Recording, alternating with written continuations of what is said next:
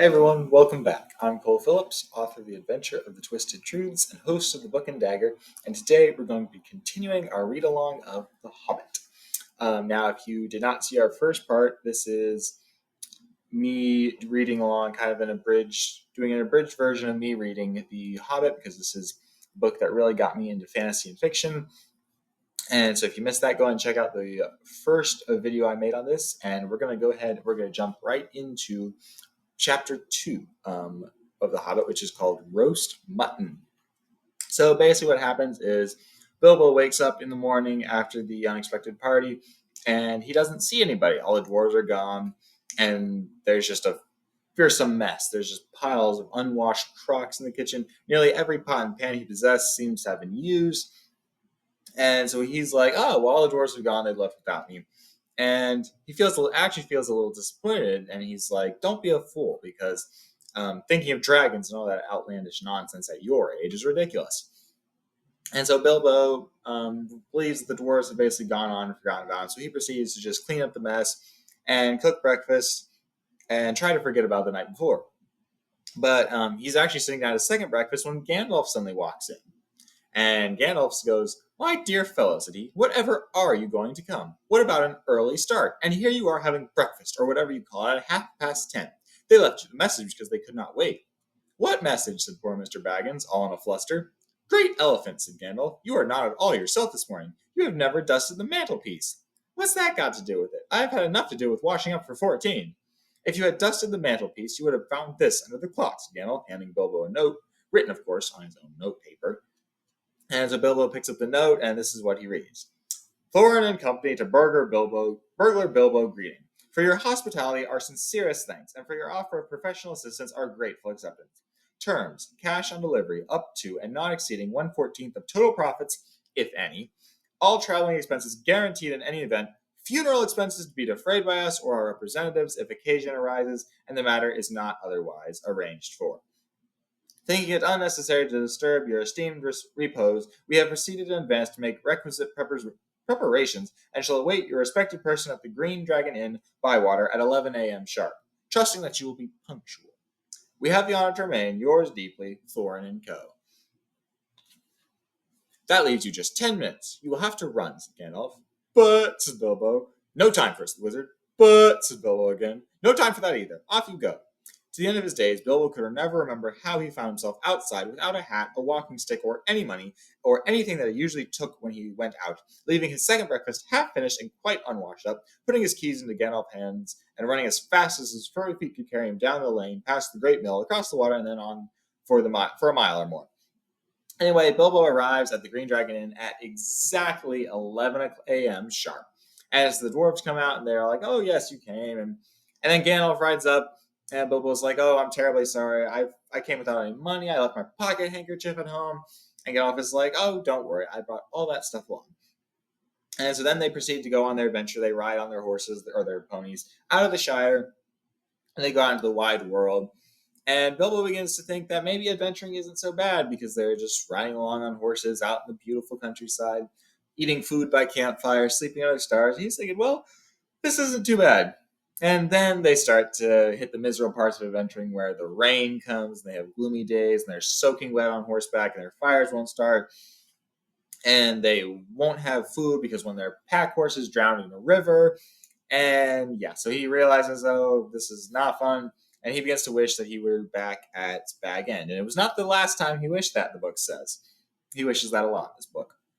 Anyway, so one day they're going along and they realize Gandalf is actually gone. And so they're upset and they're looking around for him because, like I said, it's too wet to start a fire. And one of their pack horses was washed downriver. So they lost most of their food. And so they're all sitting around grumbling. And a couple of dwarves, I think it's Oin and Gloin, are trying to light the fire and quarreling about it. And Bilbo is sadly reflecting that adventures are not all pony rides and May sunshine.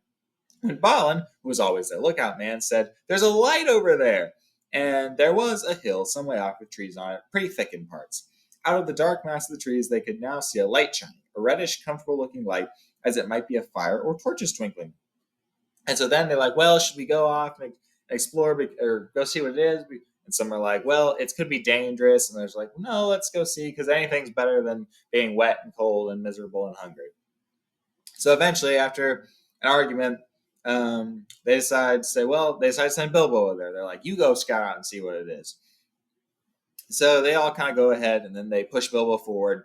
And Thorin says, you must go on and find out all about that light and what it is for, and if all is perfectly safe and canon. Now scuttle off and come back quick if all is well. If not, come back if you can. If you can't, hoot twice like a barn owl and once like a screech owl, and we will do what we can. Off Bilbo had to go before he could explain that he could not hoot even once like any kind of owl any more than fly like a bat. But he didn't get the chance to explain this, so the dwarf just pushed him off and said, go on. Anyway, so since hobbits can move super quietly and they take great pride in it, Bilbo sneaks along up to the campfire, and this is what he sees. 3 very large persons sitting around a very large fire of beech logs. They were toasting mutton on long spits of wood and licking the gravy off their fingers. There was a fine, toothsome smell. Also, there was a barrel of good drink at hand, and they were drinking out of jugs. But they were trolls. Obviously trolls.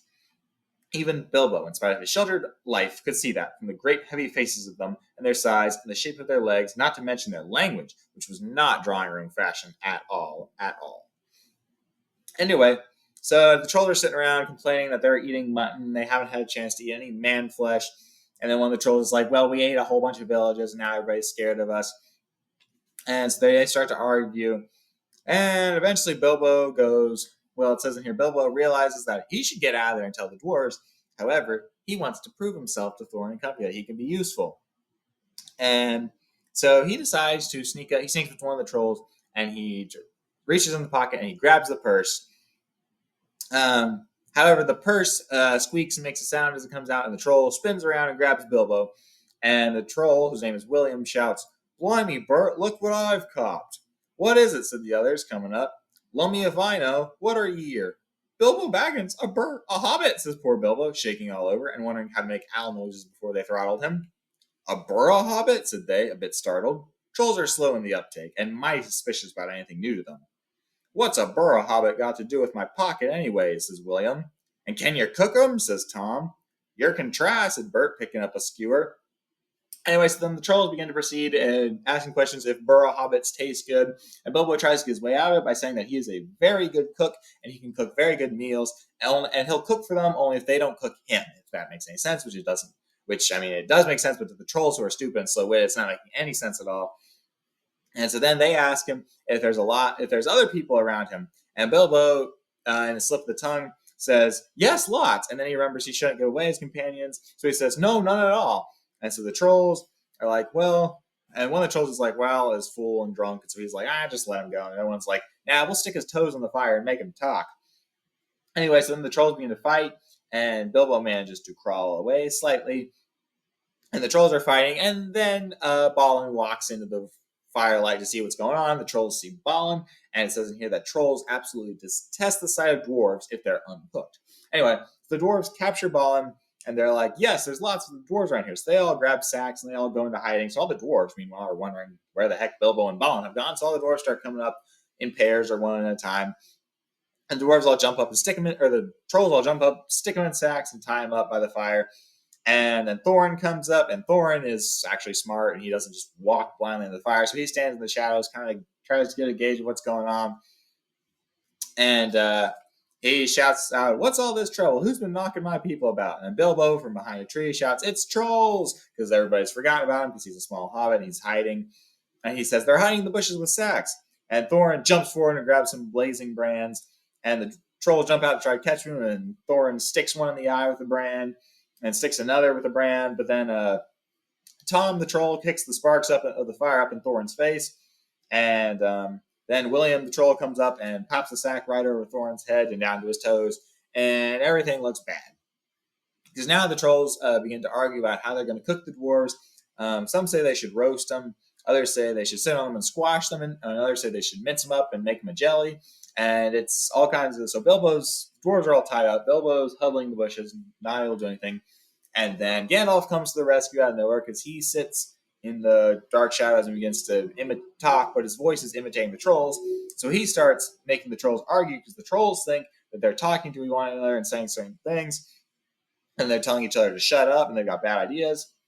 But it's really Gandalf doing that. So the trolls begin to fight and they argue all night long. And then the sun comes up and turns all the trolls to stone because trolls cannot be out in the sunlight without turning to stone.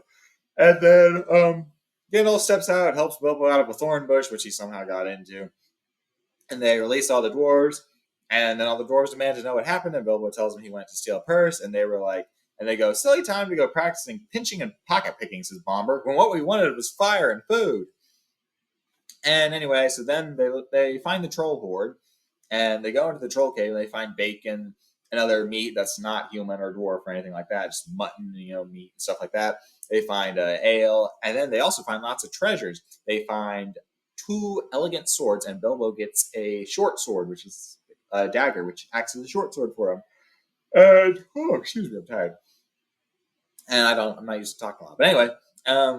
So Gandalf says that notice that the blades are very good blades, and so he and Thorin each take a sword, and Bilbo takes the dagger, and they get bread and cheese and ale and bacon, and they go out, and then the dwarves decide to ask Gandalf where he's been, and so Thorin says, "Where did you go to, if I might ask?" said Thorin to Gandalf as they rode along. "To look ahead," said he. "And what brought you back in the nick of time?" "Looking behind," said he. "Exactly," said Thorin, "but could you be more plain?" "I went out to spy on our road. It will soon become dangerous and difficult. Also, I was anxious about replenishing our small stock of provisions. I had not gone very far, however, when I met a couple of friends of mine from Rivendell." "Where's that?" said Bilbo. "Don't interrupt," said Gandalf. "You will get there in a few days now, if we're lucky, and find out all about it. As I was saying, I met 2 of Elrond's people. They were hurrying along for fear of the trolls. It was they who told me that 3 of them had come down from the mountains and settled in the woods not far from the road. They had frightened everyone away from the district, and they waylaid strangers. I immediately had a feeling that I was wanted back. Looking behind, I saw a fire in the distance and made for it. So now you know. Please be more careful next time, or we shall never get anywhere." "Thank you," said Thorin. And that concludes the 2nd chapter of The Hobbit. And be back for chapter 3 coming soon.